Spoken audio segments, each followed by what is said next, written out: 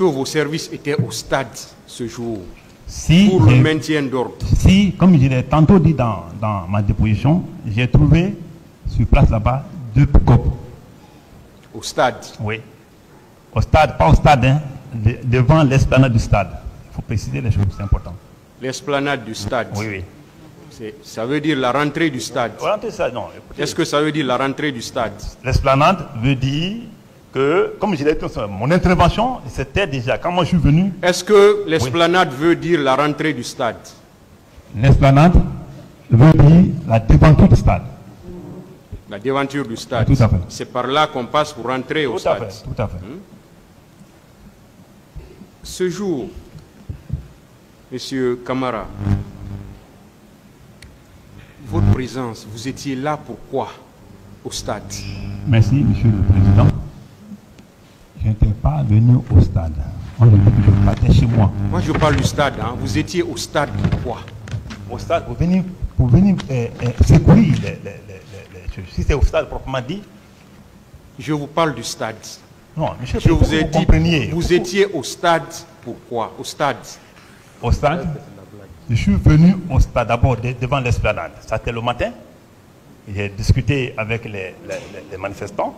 Ensuite, c'était avec les leaders. Je vous ai bien précisé cela, je pense.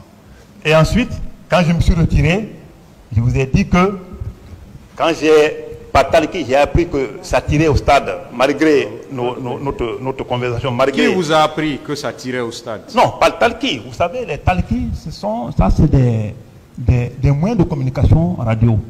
Et vous voyez, lorsque ces moyens-là, un service est doté, chacun a son réseau. Est-ce que vous étiez obligé de venir parce qu'il y avait un service de maintien d'ordre au stade et vous ne faisiez pas partie? Est-ce que vous étiez obligé de venir au stade pour secourir quelqu'un? Je me dis oui parce que simplement, lorsqu'on parle de maintien d'ordre, on ne parle pas de coup de fusil. Lorsqu'un coup de fusil se retentit dans un stade où tout le monde était censé comprendre que les leaders y étaient avec les citoyens, un officier supérieur de mon rang, chargé de grand banditisme à l'époque là. Hein? Si je n'étais pas venu, j'aurais eu aujourd'hui un cas de conscience. Seulement si un leader comme M. Roudalin Diallo mourait ce jour, ce que vous posez comme question là ne serait pas posé. Est-ce que vous étiez obligé d'être là? Je n'étais pas obligé, mais j'ai été appelé par un devoir. Est-ce que vous étiez obligé d'être là? C'est ma question. Mais monsieur, j'ai bien répondu à la question. Ouais, vous répondez, vous continuez. Est-ce que vous étiez obligé d'être au stade ce jour? Je n'étais pas obligé de revenir. Vous n'étiez pas obligé. Est-ce que vous dites que vous n'étiez pas obligé? C'est ce que vous avez dit? Non, je vous ai dit, comme vous le dites, quoi. Comme vous pensez que je n'étais pas obligé de venir. Je ne pense pas. Je vous pose une question. Ouais. Est-ce que vous étiez obligé d'être au stade? Moi, je ne pense rien. Hein. Je vous pose tout juste une question. S'il vous plaît, vous l'assistez, hein, s'il vous plaît. Ce que je dis, c'est très simple. C'est des questions très simples que je suis en train de poser.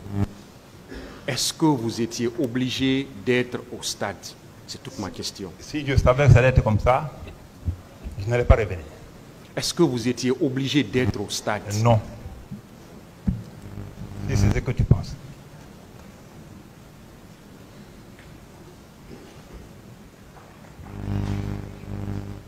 Qui vous avez vu au stade? À part vous. Qui d'autre était là? Oui, mais je pense qu'il faudrait que je sois bien précis par rapport à la question. Je vous ai dit. Vous avez dit que le maintien d'ordre, c'est la police et la gendarmerie. Oui. Oui. À part ces deux corps, vous voulez des questions précises. À part ces deux corps, oui. Quel autre corps était au stade? Devant le stade, bien sûr. Il faut tout préciser devant le stade. Moi, je dis au stade. Non, au stade, j'ai vu que des bérets rouges. Vous voyez que je pose des questions précises. Hein? Peut-être au stade, à l'intérieur, j'ai vu que des bérets rouges. Des bérets rouges? Oui, quand je suis arrivé. Au stade? Oui. Ces bérets rouges-là, oui. C'était qui? Les bérets rouges, c'était les gens du régiment commando qui relevaient de Toumba. Personnellement, qui? J'ai vu Toumba, effectivement. Vous avez vu Aboubakar Sidiki, Toumba, dites les noms. Hein. Aboubakar Sidiki, Diakité, dit Toumba, oui. Avec ces hommes, vous avez dit? Avec ces hommes, et bien sûr. Qu'est-ce qu'ils étaient en train de faire? Merci, Monsieur le Président. à ce niveau, je ne saurais le dire parce que je ne suis pas rentré dans le stade proprement dit. J'ai bien dit, même dans ma déposition. Je ne suis pas rentré dans le stade proprement dit. Je suis rentré juste dans après l'esplanade, le grand portail. Après ce grand portail, il y a un vide qu'on appelle la cour. Et c'est dans l'un sortait maintenant du stade proprement dit. Et le tir, c'était à l'intérieur. Bon, franchement, je ne suis pas rentré. Mais je me disais qu'il faut nécessairement prendre talent et les leaders, parce que c'était des gens très sensibles. Où vous avez vu M. Aboubakar Toumba Diakité et ses hommes, ils étaient où? Pour bien le remarquer. Parce que vous parlez de déventure, vous parlez de stade, parce que moi je parle de stade. Non, non, non. Il faut où vous les avez vus? Moi je les ai vus à 2 points. Où? Un, d'abord, dans ce vide-là, parce que c'était, beaucoup étaient dans ce vide-là. Le vide-là, c'est où? Le vide-là, c'est entre le grand portail du stade. Après l'esplanade, il y a un grand portail d'abord, qui tombe dans un vide. Ce vide-là, c'est la cour du stade. Ça, c'est différent du stade proprement dit, où il y a la pelouse. Donc, entre ces vides-là, c'est là-bas, je l'ai vu. Moi, je l'ai vu là-bas. Et ceux qui m'ont frappé là, c'était, vous avez compris, c'était pour moi ces hommes. Parce que quand on m'a dit tout... C'était ces hommes. Oui, c'est et ça, c'était où? Ça, c'était entre ce vide-là, où j'ai pris Quel vide? Précisez-nous. Mais je vous dis, monsieur le Président, voilà, suivez-moi très bien. Parce qu'on ne va pas répéter la même chose. La rentrée principale du stade. La rentrée principale du stade. La rentrée principale du stade, après l'esplanade. Juste, ça tombe sur une rentrée qui est le grand portail. Après ce grand portail, il y a un autre portail à l'intérieur. Et dès que vous franchissez cette porte-là de l'intérieur, tout tombe dans le stade proprement dit, qui est la pelouse. Donc, après la porte, là, comme quelqu'un qui sortait du stade maintenant, qui sortait de cette porte-là, ce vide-là, on appelle la cour, c'est là-bas que j'ai vu Touma. Parce que je ne suis pas rentré à l'intérieur du stade. On peut appeler là-bas la cour du stade. La cour du stade. Est-ce qu'on peut appeler comme ça? Oui, on peut l'appeler comme ça. Donc c'est là-bas vous avez vu M. Là-bas, j'ai vu Touma et ses hommes. Oui, tout à fait. Ces hommes, tout étaient derrière. Je voyais, si c'est un moment infernal, comme je vous ai dit. Vous venez de dire que vous avez sauvé M. Selou Dalin, M. Sidia, M. Jean-Marie Doré. Vous les avez extirpés de la foule pour les envoyer à l'hôpital. Oui. C'est ce que vous avez dit. Oui. C'était à quel niveau? Dans la cour toujours du stade ou bien sur la pelouse du stade? Non, dans la cour du stade. Et là-bas, c'était au même endroit. C'était au même endroit. Et je vous ai dit, là-bas, Sidia, c'est quelqu'un qui m'a dit, les Sidia aussi sont là, il dit embarquez-les. Dans des foules comme ça. Est-ce que c'est là-bas vous les avez pris pour les envoyer à l'hôpital? C'était le même lieu. Pas Sidia, hein? Pas Sidia, j'ai dit bien. J'ai dit embarquez-les, sans même savoir qui m'appelle. Mais comme c'était pour le... J'ai dit embarquez-les, embarquez-les. Parce qu'il m'a dit, mon commandant, il y a les Syriens qui sont là. Il dit, mais embarquez-les dans une voiture, vous partez à l'hôpital. Et parce que moi, il n'y avait plus de place chez moi. Hein. C'était rempli déjà. Il y avait Jean-Marie Doré qui était complètement blessé. Il y avait Sidia, effectivement, qui était blessé. Il y avait l'autre là.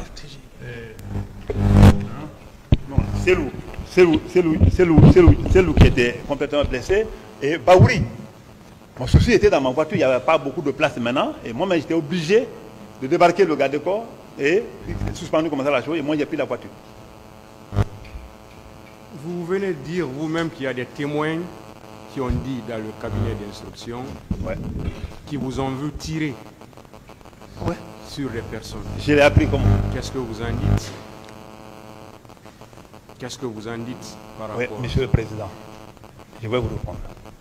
Et je vous ai dit dans mes propos tout de suite que la partie la plus choquante, la partie la plus étonnante, la partie qui ne colle même pas à mon image, qui ne ressemble pas à Tchégro, ça, c'est ce que ces témoins-là ont déclaré. Pour moi, jusqu'à preuve du contraire, c'est méchant. Moi, jusqu'à preuve du contraire, je voulais que les intéressés apportent des preuves de ce qu'ils ont mis sur ma tête. Parce que ce qui est sûr et évident, tout Guinéen, même quelqu'un qui vient de sortir d'une démence primaire, quand tu lui dis que tu vas tirer sur quelqu'un, il te dira que ce n'est pas possible par rapport à ce qu'on a fait dans ce pays en peu de temps. Donc ça, ces témoins-là, je voulais les voir. Mamadou Diallo, Mamadou Bailo Bari Ousso et Mamadou Saïdou Bari et Oumou Bari. Ceci-là, je voudrais que vous m'aidiez à clarifier ce passage. Je voudrais que la Cour m'aide à clarifier ce passage. Ça ne me ressemble pas et ce n'est pas mon image. Monsieur Camara, ouais. Ce jour, est-ce que vous avez vu des blessés au stade? Pratiquement non. Imagine-toi, je suis parti sur une ligne, je reviens sur cette ligne. Je courais, hein. Je pense que les journalistes devaient être vraiment au XXIe siècle, retracer mon arrivée en courant. Vous n'avez pas vu de blessés? Je n'ai ni vu. Est-ce que vous avez vu des corps? Pas de tout. Pas de tout. Je l'ai dit dans ma déposition, pas de tout. Parce que je ne suis pas rentré à l'intérieur. Vous avez vu des militaires qui étaient en train de frapper M. Jean-Marie Doré? Oui. Vous pouvez nous dire un peu comment ils étaient habillés? Pour Jean-Marie Doré, franchement, pour Jean-Marie Doré, ceux-ci-là, c'était des bérets rouges. Mais celui qui m'a frappé n'avait pas de béret. Il avait le camouflage, mais le camouflage ne signifie pas béret rouge, hein, je vous précise, parce que l'armée guinéenne, à l'époque, heureusement maintenant c'est réglé, c'est réglementé, ça vient d'être réglementé. À l'époque, tout militaire pouvait porter béret, le camouflage. L'essentiel, la différence, c'était le béret. Vos hommes étaient au stade, c'était sur ordre de qui? Les hommes étaient au stade, ce n'était pas un problème d'ordre. Vous savez pourquoi? À chaque fois qu'il y avait manifestation, nous, en tant que chargés du grand banditisme à l'époque là, on n'a pas devant, parce que devant, ce sont des gens de maintien d'ordre qui ont des armes appropriées avec des lacrymogènes là pour lancer les choses. Ils étaient au stade sur ordre de qui? Qui? Je vous dis, je reviens, mais il faut que vous compreniez le schéma avant que je ne vous réponde. Suivez-moi, donnez-moi ce temps, parce que ce temps ne reviendra plus. Ils étaient au stade sur ordre de qui, M. Camara? Bon. Ça c'est simple. Hein. Oui. Voilà. La patrouille relevait de Farima. Mais la patrouille... Ils étaient là sur ordre de M. Farima. Oui, je dis bien, Farima même était là-bas. J'ai dit que la patrouille relevait de M. Farima. L'ordre qui est donné tous les jours, c'est que chaque jour, il y a une patrouille nocturne et une patrouille d'huile qui sortent tous les jours pour les deux artères. Monsieur Camara, je ne parle pas de tous les jours. Ouais. Ce jour, oui, je dis. Est-ce que vous étiez au courant de cette manifestation? Ce jour, si j'étais au courant de la manifestation, si, tout le monde était au courant, parce qu'il y a eu des communiqués à l'avance. Est-ce que vous étiez au courant de cette manifestation ce jour, au stade? Non. Venir au stade ce jour, pour moi-même, c'est annulé, parce que avant le stade, je pense que tout le monde était au courant de la manifestation, y compris moi. Qu'il y a une manifestation, mais un communiqué qui a... Je ne comprends pas, aidez-moi à vous comprendre.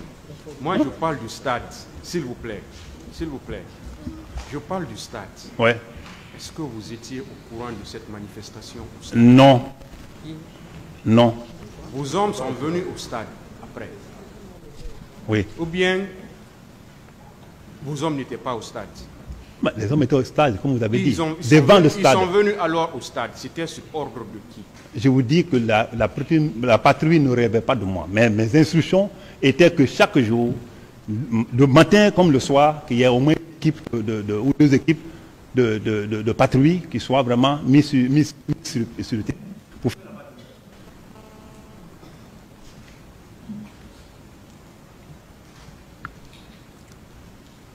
Et pourquoi, Monsieur le Président? Ok.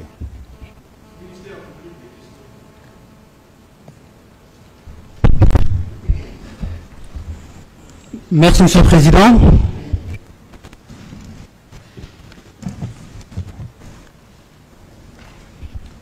À mon tour, permettez-moi, Monsieur le Président, de vous remercier.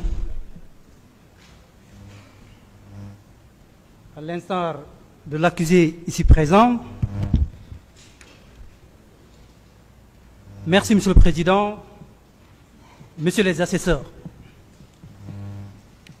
Merci, Monsieur le procureur, Mesdames et Messieurs les avocats et avocates, aussi bien de la défense que de la partie civile. Mesdames et Messieurs, Monsieur le Président, permettez-moi avant tout d'adresser mes vifs remerciements au tribunal pour le professionnalisme avec lequel vous dirigez les débats dans le respect des principes cardinaux qui gouvernent la procédure pénale, notamment le respect du principe d'équité, le respect du principe du contradictoire, mais surtout de la préservation de l'équilibre des droits de toutes les parties au procès. Monsieur le Président, je reste convaincu d'avance que dans la composition de ce tribunal criminel que vous avez le privilège de diriger, de présider, ce tribunal rendra des décisions justes, équitables, en application stricte de la loi. Ça s'agit de l'autre côté, souffrez d'écouter. De toute façon, c'est le ministère public qui a la parole. Donc, Monsieur le Président,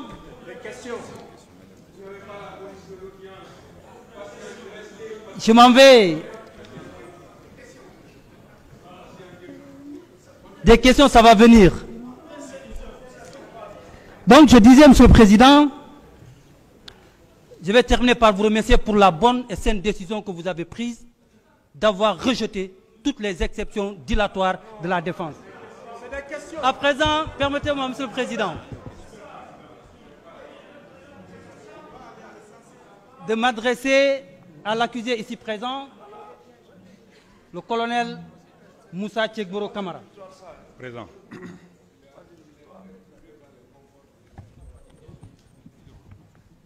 Monsieur Kamara, que vous inspire la date du 28 septembre dans l'histoire de la Guinée? Reprenez la question, s'il vous plaît. Que vous inspire la date du 28 septembre dans l'histoire de la Guinée?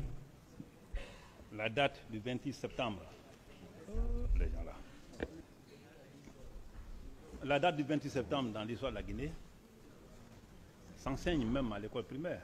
On sait que c'est la date historique qui nous a conduit à notre indépendance. Je vous entends mal là. Est-ce que vous pouvez utiliser le micro, s'il vous plaît? Je dis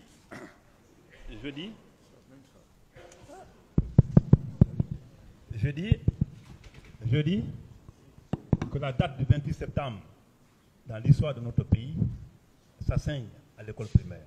Nous savons tous que c'est la date historique qui nous a conduit à l'indépendance et à la souveraineté nationale.